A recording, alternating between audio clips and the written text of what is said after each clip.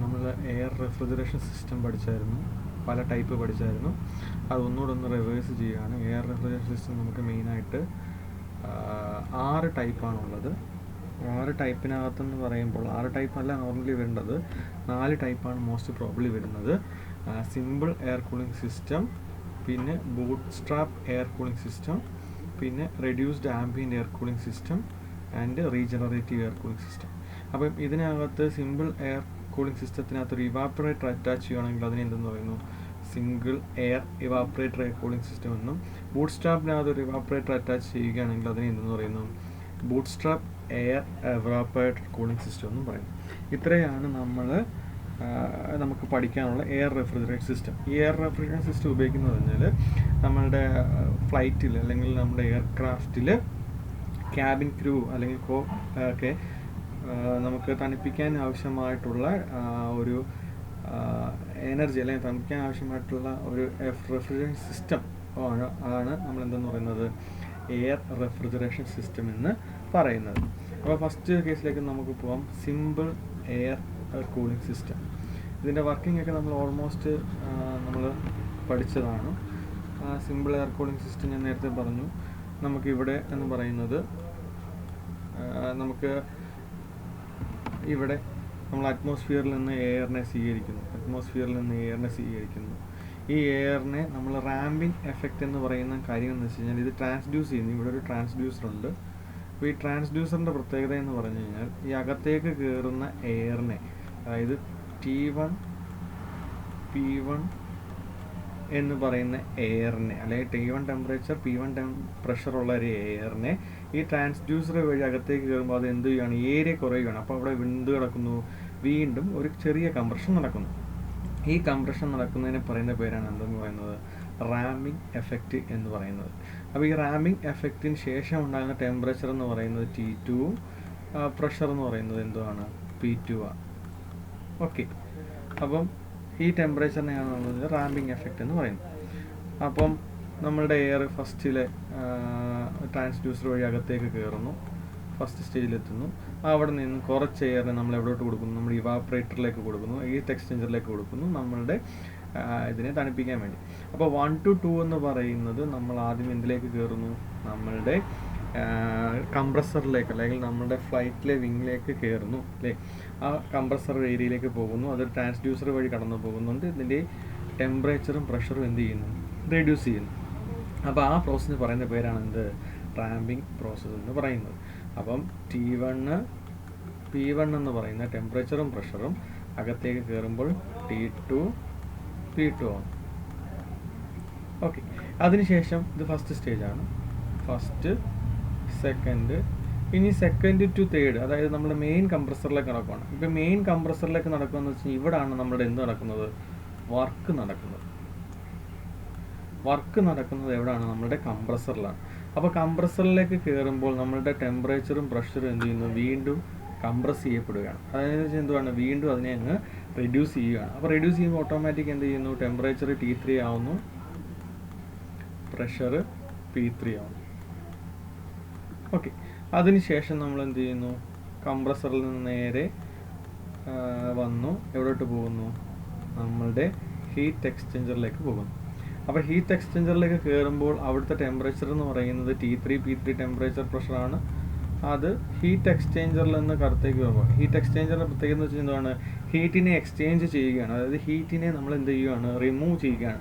ഹീറ്റിനെ remove ചെയ്യാൻ വേണ്ടി ഉപയോഗിക്കുന്നതെന്ന് പറയുന്നത് നമ്മളൊരു കൂളിംഗ് എഫക്റ്റാണ് ഇവിടെ ഉപയോഗിക്കുന്നത്. അപ്പോൾ ഇവിടുത്തെ കൂളിംഗ് എഫക്റ്റിന് വേണ്ടി ഉപയോഗിക്കുന്ന വർക്കിംഗ് ഫ്ലൂയിഡ് എന്ന് പറയുന്നത് നമ്മുടെ റാം എയറിൽ നിന്ന് വരുന്ന കുറച്ച് എയറിനെയാണ് നമ്മൾ എന്ത് ചെയ്യുന്നത്? ഈ കൂളിംഗ് എഫക്റ്റിന് വേണ്ടി ഉപയോഗിക്കുന്നത്. അപ്പോൾ റാം എയറിൽ നിന്ന് വരുന്ന എയർ ഉപയോഗിച്ചുകൊണ്ട് നമ്മളുടെ കൂളിംഗ് സിസ്റ്റം ഉപയോഗിച്ച് ഇതിനെ തണുപ്പിക്കുകയാണ്. അപ്പോൾ ഈ തണുപ്പിക്കുമ്പോൾ ഓട്ടോമാറ്റിക് ഇവിടെ നിന്ന് ഇവാപ്പറേറ്റ് ഹീറ്റ് എക്സ്ചേഞ്ചറിൽ നിന്ന് പുറത്തു പോകുന്ന ടെമ്പറേച്ചറും പ്രഷറും എന്ന് പറയുന്നത് T4ഉം P4ഉം ആണ്. അത് 4ാമത്തെ സ്റ്റേജിലേക്ക് വരും. അതിനുശേഷം നമ്മൾ എങ്ങോട്ട് പോവുകയാണ്? അതിനുശേഷം നമ്മൾ പോകുന്നതെന്ന് പറയുന്നത് നമ്മളുടെ എയർ ടർബൈനിലേക്കാണ്. ഈ ടർബൈൻ എന്ന് പറഞ്ഞു കഴിഞ്ഞാൽ എക്സ്പാൻഷൻ പ്രോസസ്സാണ് നടക്കുന്നത്. എക്സ്പാൻഷൻ. അപ്പോൾ 1 to 2 2 to 3 കംപ്രഷന്, 3 to 4 എന്ന് പറയുന്നത് കൂളിങ്, 1 to 2 എന്ന് പറയുന്നത് റാമ്പിങ് എഫക്റ്റ് ആണ്. ഓക്കെ, 2 to 3 എന്ന് പറയുന്നത് കംപ്രസറാണ്. അടുത്തത് 3 to 4 എന്ന് പറയുന്നത് 3 to 4 നമ്മളുടെ ഈ ഒരു പോർഷൻ എന്ന് പറഞ്ഞാൽ എന്തുവാണ്, കൂളിംഗ് ആണ്.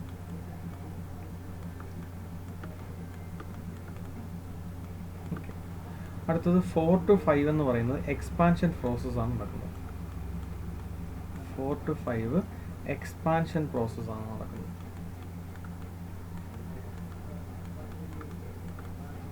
അപ്പോൾ 4 to 5 എക്സ്പാൻഷൻ പ്രോസസ് ആകുമ്പോൾ നമുക്കറിയാം അവിടുത്തെ ടെമ്പറേച്ചർ ഡ്രോപ്പ് ചെയ്യുകയാണ്, ഓട്ടോമാറ്റിക്കലി അവിടെ എന്ത് ചെയ്യുകയാണ്, പ്രഷറും ഡ്രോപ്പ് ആവുന്നു. അപ്പോൾ ഇത് ടെമ്പറേച്ചർ T3യിൽ നിന്ന് എന്താകുന്നു, T5 ആവുന്നു,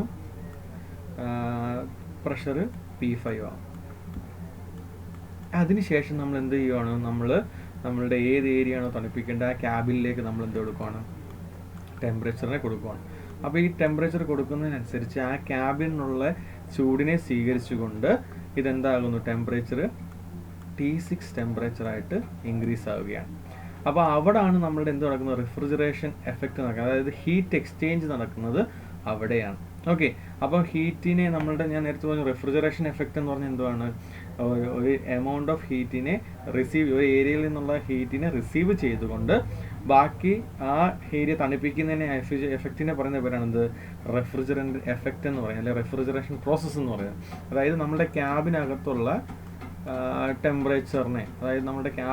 ടെമ്പറേച്ചറിനെ സ്വീകരിച്ചുകൊണ്ട്, അതായത് T5 എന്ന് പറയുന്ന ടെമ്പറേച്ചർ സ്വീകരിച്ചുകൊണ്ട് അതെന്ത് ചെയ്യുന്നു, ടെമ്പറേച്ചർ T5 നിന്ന് ടെമ്പറേച്ചർ അകത്തുള്ള, അതായത് നമ്മുടെ ക്യാബിനകത്തുള്ള ടെമ്പറേച്ചറിനെ സ്വീകരിച്ചുകൊണ്ട് അതെന്തായിട്ട് മാറുന്നു, T6 ടെമ്പറേച്ചറായിട്ട് മാറുന്നു. അപ്പോൾ അവിടെയുള്ള ടെമ്പറേച്ചറിനെ അബ്സോർവ് ചെയ്യുകയാണ്. അതായത് ആ ടെമ്പറേച്ചറിനെ അബ്സോർവ് ചെയ്യുമ്പോൾ അവിടെ എന്ത് ചെയ്യുകയാണ്, റെഫ്രിജറേഷൻ എഫക്റ്റ് ആണ് അവിടെ നടക്കുന്നത്. അപ്പോൾ റെഫ്രിജറേഷൻ എഫക്റ്റ് നടക്കുന്നത് T5 to T6 റീജിയനിലാണ്. ഓക്കെ, അപ്പോൾ ഇനി നമുക്ക് ഇതിൻ്റെ ഒരു TS ഡയഗ്രാം വരയ്ക്കാം. TS ഡയഗ്രാം വരയ്ക്കുന്നതിന് മുമ്പായിട്ട് ജസ്റ്റ് നോക്കുക, 1 to 2, അതായത് നമ്മുടെ ആംഫിയൻ്റ് എയർ ആണ് നമ്മൾ ആദ്യമേ അകത്തേക്ക് കയറുന്നത്. ആംഫിയൻ്റ് എയർ 1 to 2, അതായത് ടെമ്പറേച്ചർ അവിടെ എന്ത് ചെയ്യുകയാണ്, ടെമ്പറേച്ചർ ഇൻക്രീസ് ചെയ്യണം. 1 to 2 ടെമ്പറേച്ചർ ഇൻക്രീസ് ചെയ്തു. പക്ഷേ ഇത് നമ്മുടെ പ്രോസസ്സ് നടക്കുന്നത് ഐസോട്രോപിക് പ്രോസസ്സിൻ്റെ ബേസ് ചെയ്താണെന്ന് ഞാൻ പറഞ്ഞു. 1 to 2ൽ നമ്മൾ അബ്സോർവ് ചെയ്യുമ്പോൾ ഈ ടെമ്പറേച്ചർ അബ്സോർവ് ചെയ്യുമ്പോൾ ചെറിയ ഒരു പോർഷൻ ഐസെൻട്രോപിക് പ്രോസസ്സ് അവിടെ നടക്കുന്നില്ല. അതിനകത്ത് ചില ഫ്രിക്ഷൻ മൂലമോ അല്ലെങ്കിൽ ഇറിവേഴ്സിബിലിറ്റി മൂലമോ നമുക്ക് എക്സാക്റ്റുള്ള ഐസെൻട്രോപിക് പ്രോസസ്സ് നടക്കുന്നില്ല. അതുകൊണ്ട് നമ്മളുടെ ഡയഗ്രാം TS ഡയഗ്രത്തിൽ ചെറിയൊരു മാറ്റമുണ്ട്. 1 to 2' എന്ന് നമ്മൾ റെപ്രസെൻറ്റ് ചെയ്യുന്നു. ആക്ച്വലി നടക്കുമായിരുന്നെങ്കിൽ ഐസെൻട്രോപിക് പ്രോസസ്സ് ബേസ് ചെയ്ത് നടക്കുമായിരുന്നു 1 to 2 ആയതിനെ സം ഇൻറ്റേർണൽ ഫ്രിക്ഷൻ മൂലം അത് എന്തായിട്ട് മാറുന്നു, 2' മാറുന്നു. ഇപ്പോൾ ഇവിടെ നോക്കി T2 എന്ന് പറയുന്നതും T2' എന്ന് പറയുന്നത് എന്താണ്, ഈക്വലാണ്. ഓക്കെ, അപ്പം അതിനു മുമ്പ് ചെറിയൊരു കാര്യം പറയാൻ വിട്ടുപോയി, ശ്രദ്ധിക്കുക. നമുക്ക് ഇതിനകത്തുള്ള പ്രഷറിനെയും, അതായത് TS ഡയഗ്രാമാണ് നമ്മൾ റെപ്രസെൻറ്റ് ചെയ്യാൻ പോകുന്നത്, ഇതിനകത്തുള്ള പ്രഷറിനെ നമുക്കൊന്ന് നോട്ട് ചെയ്ത് വെക്കാം. അപ്പോൾ നമുക്കൊരു പ്രഷർ ലൈൻ നമ്മൾ വരയ്ക്കാൻ പോവാണ്. TS ഡയഗ്രത്തിനകത്ത് നമ്മൾ എന്ത് ചെയ്യുക, ഒരു പ്രഷർ ലൈൻ വരയ്ക്കാൻ പോവുകയാണ്. ആ പ്രഷർ ലൈൻ എന്ന് പറയുന്നത് 4-5 കണ്ടീഷനെ ബേസ് ചെയ്താണ് പ്രഷർ ലൈൻസ് വരുന്നത്. ഫസ്റ്റ് ലൈൻ, അതായത് നമ്മുടെ ആംബിയൻ്റ് പ്രഷർ ലൈനാണ് ഫസ്റ്റ് ലൈൻ എന്ന് പറയുന്നത്. അതിനുശേഷം അതിനേക്കാൾ കുറച്ചുകൂടെ പ്രഷർ കൂടുതൽ എവിടെയായിട്ടാണ് വരുന്നത്, നമ്മളുടെ ആക്ച്വൽ റാമിംഗ് എഫക്റ്റിനകത്താണ് അതിനേക്കാൾ കൂടുതൽ പ്രഷർ വരുന്നത്. ഓക്കെ, അതിനുശേഷം നമ്മളുടെ വരുന്നത് ഐഡിയൽ റാമിംഗ് പ്രോസസ്സിലാണ്. അതായത് ഒരു മിനിറ്റ്, സോറി നമ്മളുടെ ആദ്യമേ ആംബിയൻ്റ് പ്രഷറിലാണ്, ആംബിയൻ്റ് ഏരിയയിലാണ് ആദ്യത്തെ നമുക്ക് എന്ത് വരുന്നത്, പ്രഷർ വരുന്നത്. അതായത് ഇനിഷ്യൽ ആംബിയൻ്റ് പ്രഷറാണ് നമ്മുടെ നോർമൽ പ്രഷർ. അതിനുശേഷം നമ്മൾ എന്ത് ചെയ്യുന്നു, റാമ്പിംഗ് എഫക്റ്റ് മൂലം ഇതിൻ്റെ പ്രഷറിൽ എന്തുണ്ടാകുന്നുണ്ട്, വേരിയേഷൻസ് ഉണ്ടാകുന്നു. അതാണെന്ന് പറയുന്നത് റാമ്പിംഗ് പ്രഷർ എന്ന് പറയുന്നത്. ഓക്കെ, അതിനുശേഷം വരുന്നതെന്ന് വെച്ച് കഴിഞ്ഞാൽ പ്രഷർ വേരിയേഷൻ വരുന്നത് വെച്ച് കഴിഞ്ഞാൽ മെയിൻ കംപ്രസറിലാണ് പ്രഷർ വേരിയേഷൻസ് വരുന്നത്. അതിനുശേഷം നമ്മൾ എന്ത് ചെയ്യുന്നു, ഈ പ്രഷർ വെച്ച് കൂളിംഗ് ഇതിലേക്ക് പോകുന്നു. അതിന് നമ്മൾ എന്ത് ചെയ്യുന്നു, കൂളിംഗ് എഫക്റ്റ് വഴി വീണ്ടും എവിടെ വരുന്നു, നമ്മുടെ എക്സ്പാൻഷൻ വാൽവിൽ വരുന്നു. ആ എക്സ്പാൻഷൻ വാൽവിൽ വന്നു കഴിഞ്ഞതിന് ശേഷം ഇത് എന്തിലേക്ക് പോകുന്നു, ക്യാബിനിലേക്ക് പോകുന്നു. അപ്പോൾ അവിടെയാണ് എന്ത് പറയുന്നത്, അടുത്തൊരു പ്രഷർ വേരിയേഷൻസ് ഉണ്ടാകുന്നത്.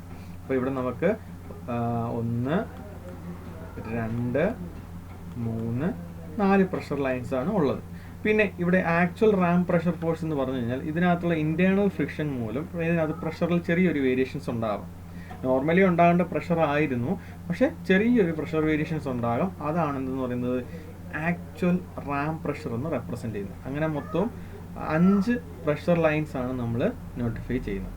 ഓക്കെ, ഇനി നമുക്ക് പറയാം നമ്മുടെ ഫസ്റ്റ് കേസ് 1 to 2ലേക്ക് കയറുമ്പോൾ ടെമ്പറേച്ചർ ഇൻക്രീസ് ചെയ്യുന്നു. 1 to 2ലേക്ക് ടെമ്പറേച്ചറാണ് ഇൻക്രീസ് ചെയ്യുന്നത്. ഓക്കെ, 1 to 2ലേക്ക് ടെമ്പറേച്ചർ ഇൻക്രീസ് ചെയ്യുന്നു. അതെന്ന് പറയുന്നത് ഐസെൻട്രോപിക് പ്രോസസ്സിനെ ബേസ് ചെയ്താണ്. പക്ഷേ ഇതിനകത്തുണ്ടാകുന്ന ഇൻറ്റേർണൽ ഫ്രിക്ഷൻ മൂലം നമ്മുടെ പ്രഷറിൽ എന്ത് ചെയ്യുന്നുണ്ട്, ചെറിയൊരു വേരിയേഷൻസ് ഉണ്ടാകുന്നുണ്ട്. അതുകൊണ്ട് നമ്മുടെ പ്രഷറിനെ നമ്മൾ എന്തായിട്ട് മാറുന്നു, റാമ്പിംഗ് എഫക്റ്റ് പ്രഷറിനെ 1 to 2' മാറ്റുന്നു. ഓക്കെ, അപ്പോൾ നോക്കി ഇവിടെ T2 എന്ന് പറയുന്നത് എന്തിന് തുല്യമാണ്, T2' തുല്യമാണ്. ഓക്കെ, നമുക്കറിയാം നമ്മൾ എൻജിൻ ഇത് ചെയ്യുമ്പോൾ തിയററ്റിക്കൽ വാല്യൂ ഉണ്ട്, ആക്ച്വൽ വാല്യൂ ഉണ്ട്. അതായത് തിയററ്റിക്കൽ വാല്യൂ എന്ന് പറയുന്നത് നമ്മൾ ചെയ്തെടുക്കുന്ന വാല്യൂവും ആക്ച്വൽ വാല്യൂ എന്ന് പറയുന്നത് എന്തുവാണ്, നമുക്ക് ആക്ച്വലി റിയൽ ലൈഫിൽ കിട്ടുന്ന വാല്യൂ ആണ്.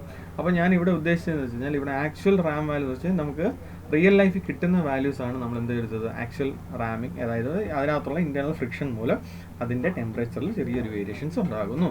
അതിനെയാണ് പറയുന്നത് T2' എന്ന് റെപ്രസെൻറ്റ് ചെയ്യുന്നത്. അതിനുശേഷം നമ്മൾ എന്ത് ചെയ്തു, ഈ റാമ്പിംഗ് എഫക്റ്റ് വരുന്ന എയറിനെ നമ്മൾ ഇങ്ങോട്ട് കൊടുക്കും, കംപ്രസറിലേക്ക് വന്നു 2 to 3ലേക്ക് പോകും. ഓക്കെ, 2 to 3ലേക്ക് പോകുമ്പോൾ അവിടെയും ഓട്ടോമാറ്റിക് എന്ത് നടക്കാം, 2' to 3 ആണ് നമ്മളുടെ എന്ത് നടക്കേണ്ടത്, ടെമ്പറേച്ചർ ഇൻക്രീസിങ് ആണ് നടക്കേണ്ടത്. പക്ഷേ അവിടെയും ഇറിവേഴ്സിബിൾ പ്രോസസ്സും ഇൻറ്റേർണൽ ഫ്രിക്ഷൻ മൂലവും ചെറിയൊരു വേരിയേഷൻസ് ഉണ്ടായിട്ട് അതെന്തായിട്ട് മാറുന്നു, 3' ആയിട്ട് എക്സ്ചേഞ്ച് ആവുന്നു. ഓക്കെ, ആക്ച്വലി നടക്കുന്നത് 2' to 3' ആണ്. ഇനി നമ്മൾ എന്ത് ചെയ്യുകയാണ്, ഇതിനെ നമ്മൾ നമ്മളുടെ കൂളിംഗ് എഫക്റ്റിലേക്ക് കൊടുക്കുകയാണ്. കൂളിംഗ് എഫക്റ്റിലേക്ക് കൊടുക്കുമ്പോൾ നമുക്കറിയാം ഓട്ടോമാറ്റിക് പ്രഷർ എന്ത് ചെയ്യുകയാണ്, അല്ല ടെമ്പറേച്ചർ എന്ത് ചെയ്യുകയാണ്, ഡ്രോപ്പ് ചെയ്യുകയാണ്. ടെമ്പറേച്ചർ ഡ്രോപ്പ് ചെയ്ത് എവിടെ എത്തുന്നു, 4'ലെത്തുന്നു. നോർമലി നമ്മുടെ പ്രഷറും ഡ്രോപ്പ് ചെയ്യേണ്ടതാണ്. ബട്ട് നമ്മളുടെ ഇതിനകത്ത്, അതായത് നമ്മളുടെ കൺസെപ്റ്റ് പ്രകാരം പ്രഷറിൽ ചെറിയ തോതിൽ വേരിയേഷൻസ് ഉണ്ടാവേണ്ടതാണ്. പക്ഷേ ഈ വെലോസിറ്റി ട്രയാങ്കിൾ അനുസരിച്ച്, TS ഡയഗ്രം അനുസരിച്ച് അതിൻ്റെ ടെമ്പറേച്ചർ എന്ന് പറയുന്നത്, പ്രഷർ എന്ന് പറയുന്നത് എന്താകുന്നു, കോൺസ്റ്റന്റ് പ്രഷറായിട്ടാണ് കൺസിഡർ ചെയ്യുന്നത്. അപ്പോൾ നമ്മളുടെ കൂളിംഗ് ടർബൈനിൽ നിന്ന് പുറത്തിറങ്ങി നിൽക്കുകയാണ് അല്ലേ, കൂളിംഗ് ടർബൈനിൽ നിന്ന് പുറത്തിറങ്ങി ഹീറ്റ് എക്സ്ചേഞ്ചറിൽ നിന്ന് പുറത്തിറങ്ങി. അതിനുശേഷം നമ്മൾ എന്ത് ചെയ്യുകയാണ്, എക്സ്പാൻഷൻ വാൽവിലേക്ക് കൊടുക്കുകയാണ്. അപ്പോൾ എക്സ്പാൻഷൻ വാൽവിൻ്റെ പ്രത്യേകത നമുക്കറിയാം, എക്സ്പാൻഷൻ വാൽവിലേക്ക് കയറി കഴിയുമ്പോൾ ഓട്ടോമാറ്റിക് പ്രഷറും ഡ്രോപ്പ് ഉണ്ടാകുന്നുണ്ട്, ടെമ്പറേച്ചർ ഡ്രോപ്പ് ഉണ്ടാകും. നോർമലി ഉണ്ടാകേണ്ടതെന്ന് വെച്ച് കഴിഞ്ഞാൽ 4 to 5 ആണ് നമുക്ക് പ്രഷർ ഡ്രോപ്പും ടെമ്പറേച്ചർ ഡ്രോപ്പും ഉണ്ടാകേണ്ടത് എക്സ്പാൻഷൻ വാൽവ്. പക്ഷേ സം ഇൻറ്റേർണൽ ഫ്രിക്ഷൻ മൂലം അതിനകത്ത് എന്ത് ചെയ്യും, ചെറിയ തോതിൽ വേരിയേഷൻസ് ഉണ്ടാവാം. അതിനെ നമ്മൾ എന്ത് കൊടുത്തു, 4 to 5' എന്ന് കൊടുത്തു. ഇനി 5' നിന്ന് നമ്മൾ എന്തിലേക്ക് കൊടുക്കുകയാണ്, എയർ ക്യാബിനിലേക്ക് കൊടുക്കുകയാണ്. അപ്പോൾ എയർ ക്യാബിനിലേക്ക് കൊടുക്കുക എന്ന് പറഞ്ഞു കഴിഞ്ഞാൽ അവിടെയാണ് നമ്മുടെ എന്ത് നടക്കുന്നത്, റെഫ്രിജറേഷൻ വർക്ക് നടക്കുന്നത് അല്ലേ. അപ്പോൾ 5 to 6ലേക്ക് എന്ത് ചെയ്യുന്നു, ടെമ്പറേച്ചർ നോർമലി ഇൻക്രീസ് ചെയ്യുന്നു. അതായത് നമ്മുടെ ക്യാബിൻ പ്രഷറിലേക്ക് അത് ഇൻക്രീസ് ചെയ്യുന്നു. ഓക്കെ, അപ്പോൾ നോക്കി ഇതിനകത്ത് നമ്മൾക്ക് 2 കാര്യങ്ങളാണ് മെയിനായിട്ട് അറിഞ്ഞിരിക്കേണ്ടത്. ഒന്നെന്ന് പറയുന്നത് നമ്മളുടെ വർക്ക് നടക്കുന്നത് എവിടെയാണ്, കംപ്രസറിലാണ് നമ്മളുടെ എന്ത് നടക്കുന്നത്, വർക്ക് നടക്കുന്നത് അല്ലേ. കംപ്രസറിൽ വർക്ക് നടക്കുന്നു. അതിനുശേഷം നമ്മൾ എന്ത് ചെയ്യുന്നു, കൂളിംഗ് എഫക്റ്റിലാണ് ഹീറ്റിനെ എന്ത് ചെയ്യുന്നത്, റിജക്റ്റ് ചെയ്യുന്നത്, ഹീറ്റിനെ റിജക്റ്റ് ചെയ്യുന്നത്. ഓക്കെ, അതിനുശേഷം നമ്മൾ എക്സ്പാൻഡ് ചെയ്യുന്നു. എക്സ്പാൻഡ് ശേഷം നമ്മൾ എന്ത് ചെയ്യുകയാണ്, ഹീറ്റിനെ അബ്സോർവ് ചെയ്യുന്നത്, അതായത് ഹീറ്റിനെ അബ്സോർവ് ചെയ്യുകയും, അതായത് നമ്മുടെ റെഫ്രിജറേഷൻ എഫക്റ്റ് നടക്കുന്നത് എവിടെയാണ്, 5' to 6ലാണ് നമ്മുടെ റെഫ്രിജറേഷൻ എഫക്റ്റ് നടക്കുന്നത്. ഇനി ഈ cooling fan, air cool fan എന്തിനാണ് യൂസ് ചെയ്യുന്നതെന്ന് വെച്ച് കഴിഞ്ഞാൽ നമ്മുടെ അറ്റ്മോസ്ഫിയറിൽ നിന്ന് വരുന്ന എയറിനെ, നമ്മളുടെ ടർബൈനകത്തു നിന്ന് വരുന്ന എയറിനെ പുറത്തേക്ക് കളയാൻ വേണ്ടി, അല്ലെങ്കിൽ റാം എഫക്റ്റ് വഴി ഹീറ്റ് എക്സ്ചേഞ്ചറിൽ നിന്ന് വരുന്ന എയറിനെ പുറത്ത് കളയാൻ വേണ്ടിയാണ് എന്ത് ഉപയോഗിക്കുന്നത്, എയർ കൂളിംഗ് ഫാനുകൾ ഉപയോഗിക്കുന്നത്. കൂളിംഗ് ഫാൻ റൊട്ടേറ്റ് ചെയ്യുന്നതെന്ന് വെച്ച് കഴിഞ്ഞാൽ എന്താണ്, എയർ കൂളിംഗ് ടർബൈനിൽ നിന്ന് വരുന്ന ഔട്ട്പുട്ട് ഉപയോഗിച്ചുകൊണ്ടാണ് റൊട്ടേറ്റ് ചെയ്യുന്നത്. ആ ഫാൻ ഉപയോഗിക്കുന്നതെന്ന് വെച്ച് കഴിഞ്ഞാൽ എയറിനെ, അതായത് നമ്മുടെ ഹീറ്റ് എക്സ്ചേഞ്ചറിലെ റെഫ്രിജറന്റിനെ തണുപ്പിച്ചതിന് ശേഷം വരുന്ന എയറിനെ പുറത്തേക്ക് എമിറ്റ് ചെയ്യാൻ വേണ്ടിയാണ്. ഓക്കെ,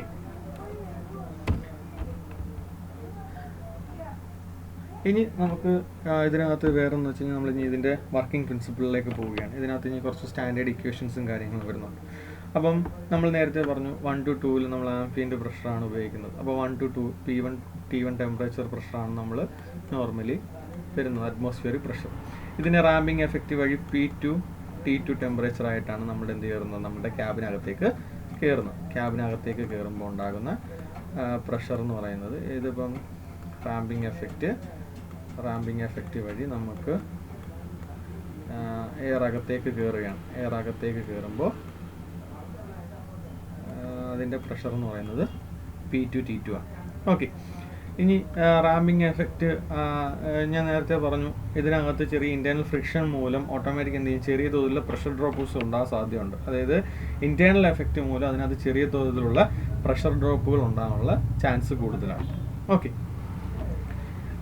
അപ്പം ഇതിനകത്ത് അറ്റ്മോസ്ഫിയർ, അതായത് നമ്മളുടെ ഇനിഷ്യൽ കണ്ടീഷനിൽ റാമ്പിംഗ് എഫക്റ്റിലേക്ക് വരുന്ന വർക്കിംഗ് എന്നല്ലെങ്കിൽ നമ്മുടെ എയർ എന്ന് പറയുന്നത് ഇവിടെ കൈനറ്റിക് എനർജിയാണ് അകത്തേക്ക് എന്ത് ചെയ്യുന്നത്, high speed kinetic energy velocity ഉള്ള ഒരു ലിക്വിഡാണ് അല്ലെങ്കിൽ എയർ ആണ് നമ്മൾ എന്ത് ചെയ്യുന്നത് റാമ്പിംഗ് എഫക്റ്റിലേക്ക് അകത്തേക്ക് കയറുന്നത്. അപ്പം ഇങ്ങനെ അകത്തേക്ക് കയറുമ്പോൾ അതിൻ്റെ ഇക്വേഷനിലേക്ക് നമ്മൾ പോവാണ്, റാമ്പിംഗ് എഫക്റ്റിൻ്റെ ബേസിക് ഇക്വേഷനിലേക്ക് പോവാണ്. Kinetic energy is equal to, നമുക്കറിയാം kinetic energy is equal to half mv² ആണ് അല്ലേ, ഹാഫ് mv² അല്ലെങ്കിൽ mv² ഡിവൈഡ് ബൈ 2 എന്ന് വരും. ചില ടെക്സ്റ്റ് ബുക്കിൽ വിക്ക് പകരം എന്ത് കൊടുക്കാം, സി എന്ന് കൊടുക്കാം, mc² ഡിവൈഡ് ബൈ 2. എങ്ങനെ വേണമെങ്കിലും റെപ്രസെൻറ്റ് ചെയ്യാം. നമ്മുടെ സി എന്നോ അല്ലെങ്കിൽ വി എന്നോ കൊണ്ട് നമുക്ക് എന്ത് ചെയ്യാം, വെലോസിറ്റിയെ റെപ്രസെൻറ്റ് ചെയ്യാം. അപ്പോൾ എയർ ക്രാഫ്റ്റ് വെലോസിറ്റി എന്ന് പറയുന്നതാണ് എന്തെന്ന് പറയുന്നത് വി. ഓക്കെ, അപ്പോൾ ഞാൻ പറഞ്ഞു നമ്മളുടെ തെർമൽ എഞ്ചിനീയറിംഗ് നമ്മൾ പഠിച്ചിട്ടുള്ളതാണ് basic steady flow energy equation എന്ന് പറയുന്നത്. എൻതാൽപ്പി ചേഞ്ച് എന്ന് പറയുന്നത് എന്തിന് തുല്യമാണ്, നമ്മുടെ കൈനറ്റിക് എനർജിക്ക് തുല്യമാണ്. എൻതാൽപ്പി ചേഞ്ച് കൈനറ്റിക് എനർജിക്ക് തുല്യമാണ്. അങ്ങനെ വരുമ്പോൾ നമുക്ക് enthalpy change is equal to H2 - H1 എന്ന് പറയുന്നത് v² by 2000 v² by weight ഈ 2000 എങ്ങനെ വന്നതെന്ന് വെച്ച് കഴിഞ്ഞാൽ നമ്മളുടെ കൈനറ്റിക് എനർജി എന്ന് പറയുന്നത് ഹാഫ് v² ജൂൾ പെർ കിലോഗ്രാമിലാണ് നമ്മളുടെ കൈനറ്റിക് എനർജിയുടെ ഇക്വേഷൻസ് വരുന്നത്. പക്ഷേ നമുക്ക് ഇവിടെ എന്ന് പറയുന്നത്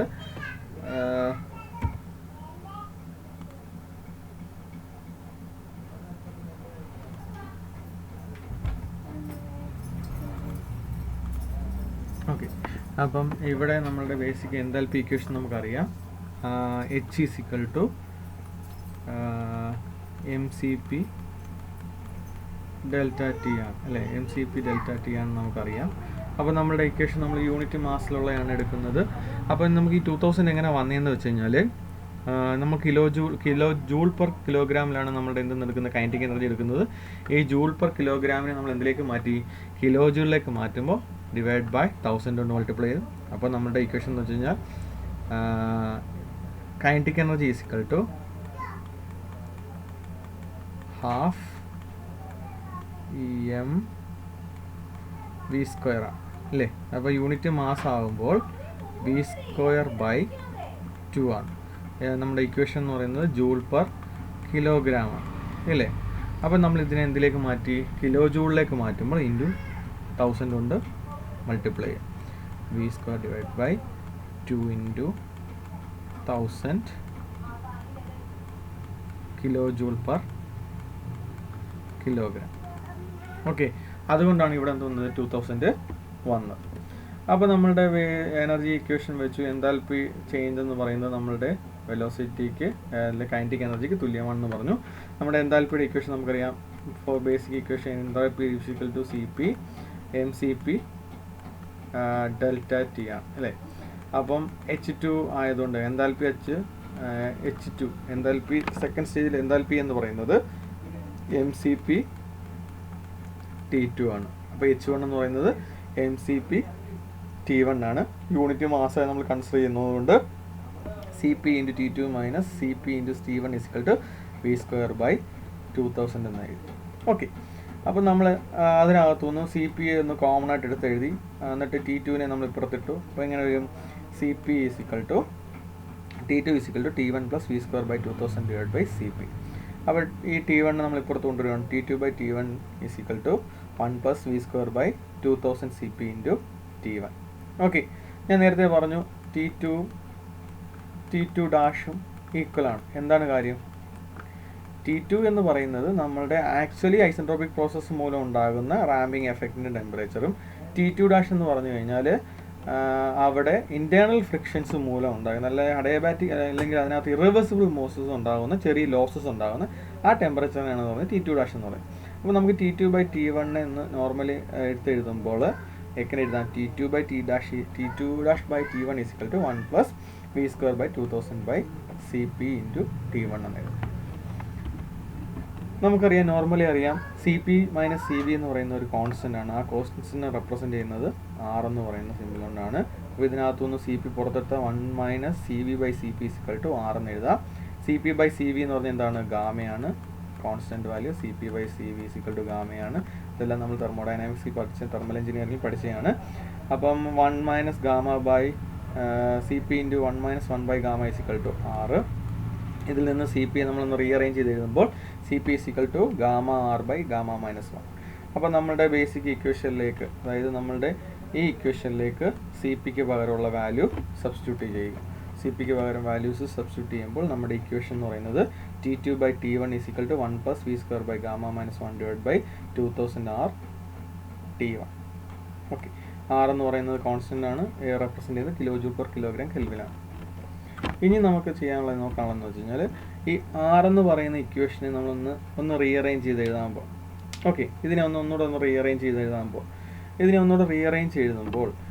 നോക്കി 1 plus V²/γ-1/2γ എന്നൊന്ന് പറയുന്നതാണ് നമ്മളുടെ ഇക്വേഷനിലേക്ക് നമ്മൾ എത്തിയ ഇക്വേഷൻ, ഫൈനൽ ഇക്വേഷൻ. ഈ ഇക്വേഷനെ ഒന്ന് റീഅറേഞ്ച് ചെയ്ത് എഴുതാൻ പോവാം. 1 plus V²/γ-1/2a² എന്ന് എഴുതും. ഈ എ എന്ന് പറഞ്ഞാൽ ലോക്കൽ സോണിക്കലെ അക്വസ്റ്റിക് വെലോസിറ്റി എന്നാണ്. അക്വസ്റ്റിക് വെലോസിറ്റി തെർമൽ എഞ്ചിനീയറിംഗ് നമ്മൾ പഠിക്കുന്നതാണ്. ഈ അക്വസ്റ്റിക് വെലോസിറ്റി എന്ന് പറഞ്ഞു കഴിഞ്ഞാൽ A is equal to root of gamma RT ആണ്. A is equal to root of gamma RT ആണ്. R is kJ/kg കെൽവിനാണ്. അപ്പം ഇവിടെ നമുക്ക് വന്നത് ഗാമ RT1 ആണ്. നമുക്ക് A എന്ന് പറയുന്നത് റൂട്ട് ഓഫ് ഗാമ RT1 ആണ്. അതുകൊണ്ട് A എന്ന് പറയുന്നത് നമ്മൾ എന്തെടുത്തു? A² എന്ന് കൊടുത്തു. ഓക്കെ, നമ്മൾ നേരത്തെ പഠിച്ചിട്ടുണ്ട് V/A, അതായത് വെലോസിറ്റി ബൈ അക്വസ്റ്റിക് വെലോസിറ്റി എന്ന് പറയുന്നതാണ് എന്ത്? Mach number. ഓക്കെ, അപ്പോൾ V/A, V²/A² എന്ന് പറയുന്നതിന് നമുക്ക് എന്തെന്ന് എഴുതാം? m² എന്ന് എഴുതാം. ഈ m എന്ന് പറയുന്നത് എന്താണ്? മാക് നമ്പറാണ്. ഓക്കെ, അപ്പോൾ നമ്മൾ മാക് നമ്പർ റെപ്രസെൻറ്റ് ചെയ്തു. മാക് നമ്പർ ഉപയോഗിക്കുന്നതെന്ന് വെച്ച് കഴിഞ്ഞാൽ എയർക്രാഫ്റ്റിൻ്റെ സ്പീഡുകളുടെ ബേസ് ചെയ്താണ് നമ്മൾ എന്ത് ചെയ്യുന്നത്? മാക് നമ്പേഴ്സ് കോമൺ ആയിട്ട് ഉപയോഗിച്ച് വരുന്നത്. ഓക്കെ, ഇതൊക്കെ എന്തിനാണെന്ന് വെച്ച് നോക്കുന്നതെന്ന് വെച്ച് കഴിഞ്ഞാൽ നമുക്ക് പ്രോബ്ലം ചെയ്യുമ്പോൾ ഇതെല്ലാം ആവശ്യമായിട്ട് വരും. ഇനി നമുക്കറിയാം ഐസെൻട്രോപിക് പ്രോസസ്സ്, അതായത് T2 to T2' എന്ന് പറയുന്നത് എന്താണ്? സ്റ്റാഗ്നേഷൻ കണ്ടീഷനാണ്. അതായത് നമ്മളെന്താണ്? ഡ്യൂ ടു ഇൻറ്റേർണൽ ഫ്രിക്ഷൻ മൂലം ആ ടെമ്പറേച്ചറിൽ എന്ത് സംഭവിക്കാം? വേരിയേഷൻസ് സംഭവിക്കാം. അതാണ് എന്ത് പറയുന്നത്? സ്റ്റാഗ്നേഷൻ ടെമ്പറേച്ചർ എന്ന് പറയുന്നത്. ഇത് ഞാൻ പറയുന്നു, നമ്മുടെ ഐസെൻട്രോപിക് പ്രോസസ്സ് ആകുമ്പോൾ ഐസെൻട്രോപിക് പ്രോസസ്സിൽ പ്രഷറും ടെമ്പറേച്ചറും തമ്മിലുള്ള ഒരു റിലേഷൻ ഉണ്ട്.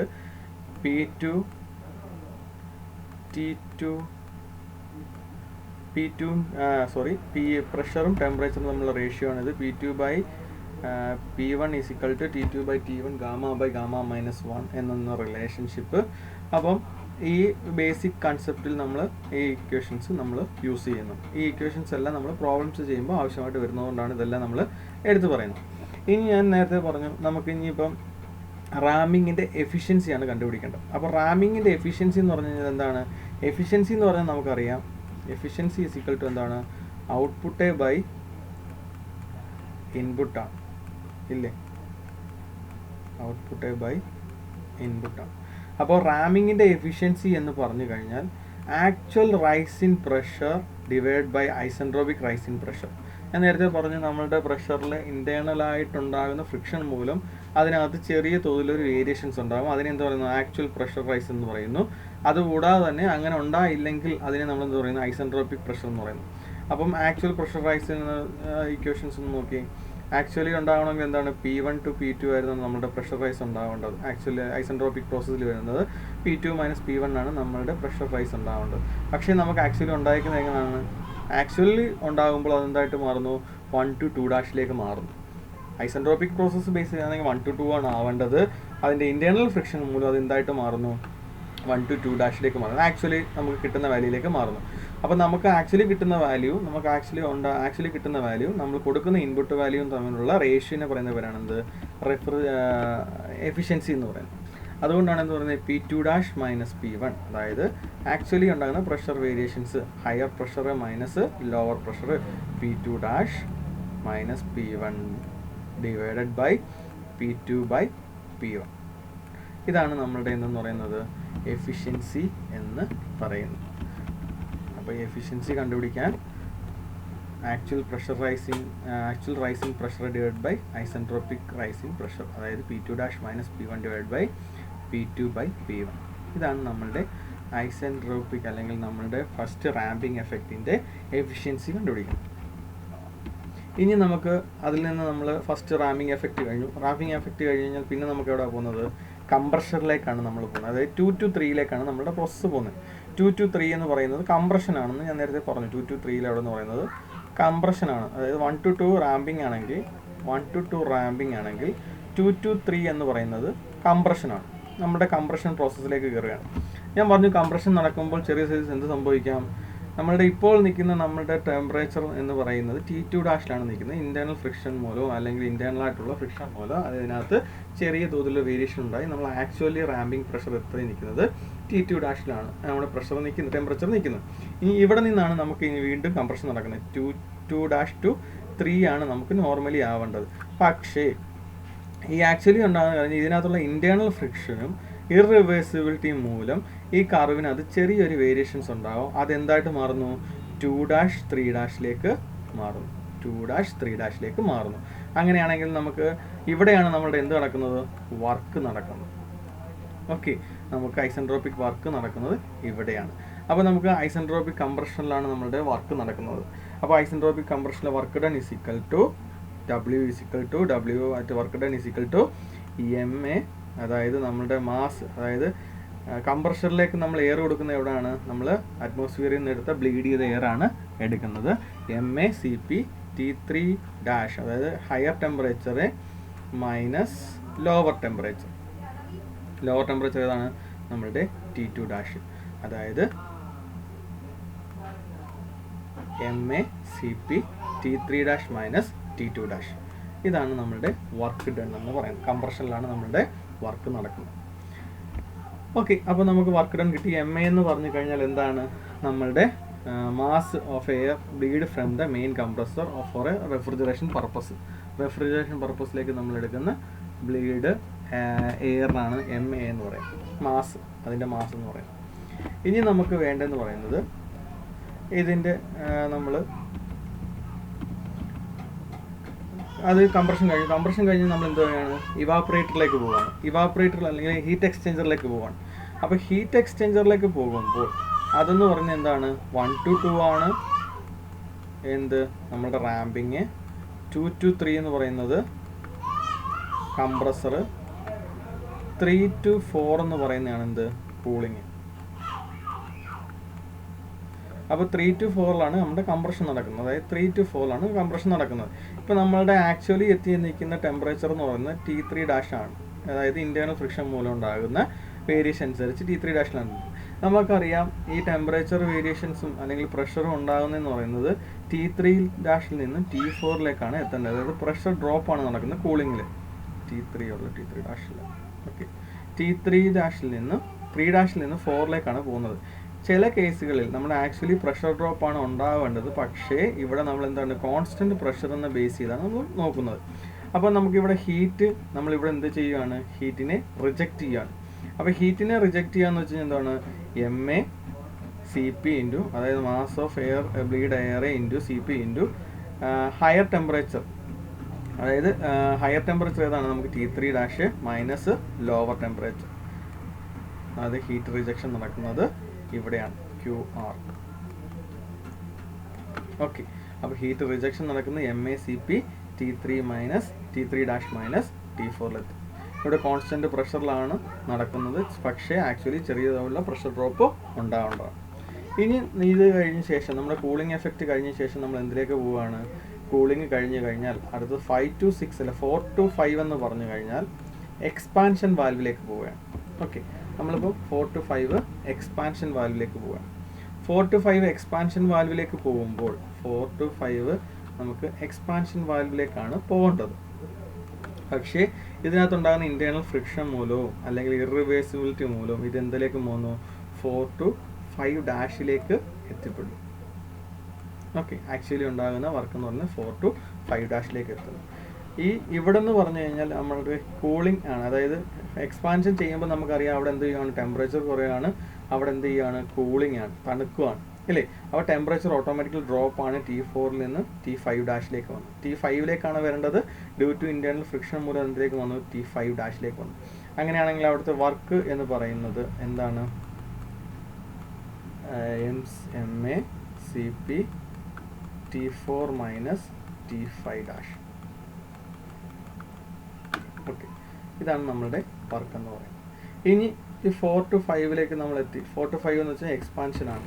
അടുത്തത് 4 to 5 എക്സ്പാൻഷൻ വന്നു കഴിഞ്ഞാൽ പിന്നുള്ളതെന്ന് വെച്ചാൽ എന്താണ്? 5 to 6 ആണ്. 5 to 6 എന്ന് പറഞ്ഞു കഴിഞ്ഞാൽ നമ്മൾ എന്തിലേക്ക് പോവുകയാണ്? നമ്മളുടെ ഏത് ഏരിയ ആണോ തണുപ്പിക്കേണ്ടത് ആ ഏരിയയിലേക്ക് കൊടുക്കുകയാണ്. നോർമലി നമുക്ക് ഏത് ഏരിയ ആണ് തണുപ്പിക്കേണ്ടത്? നമ്മുടെ കോക്ക്പൈറ്റിൽ ഏരിയയോ അല്ലെങ്കിൽ നമ്മുടെ പാസഞ്ചർ ഏരിയ ആണ് നമുക്ക് തണുപ്പിക്കേണ്ടത്.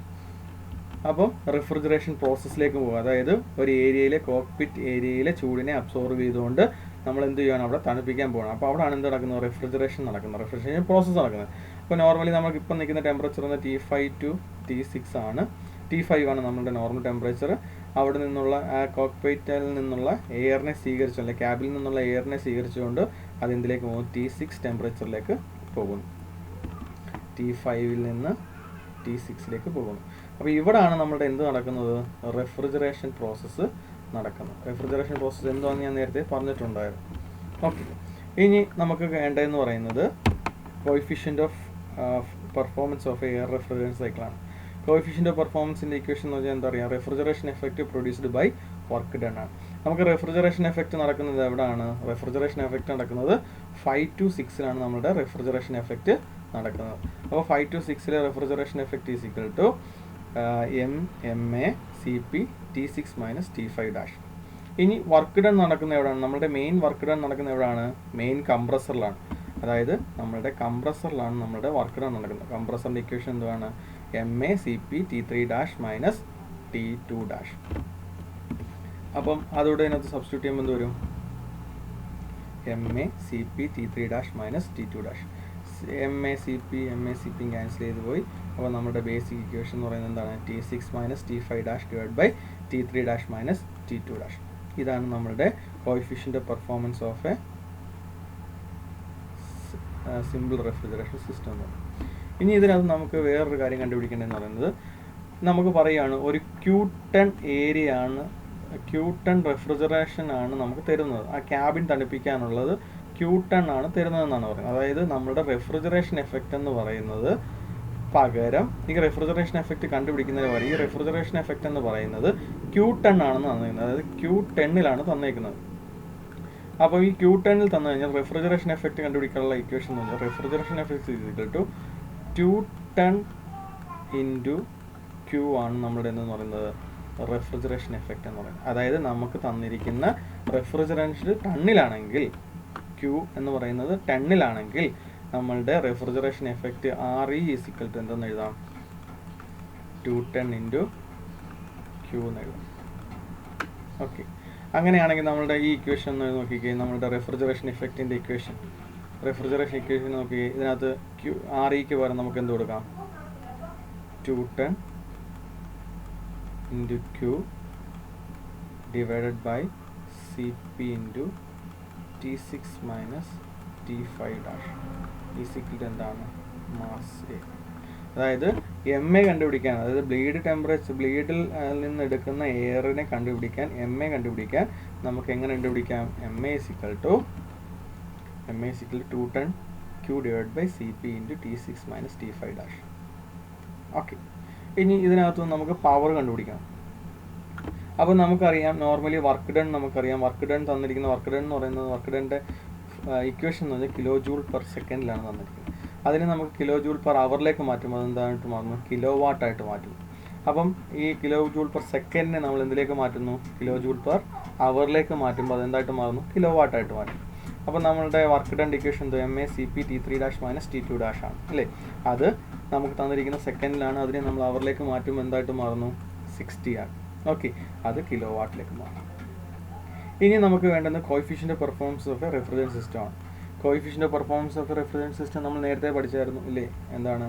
COP is equal to refrigeration effect divide by work done അല്ലേ?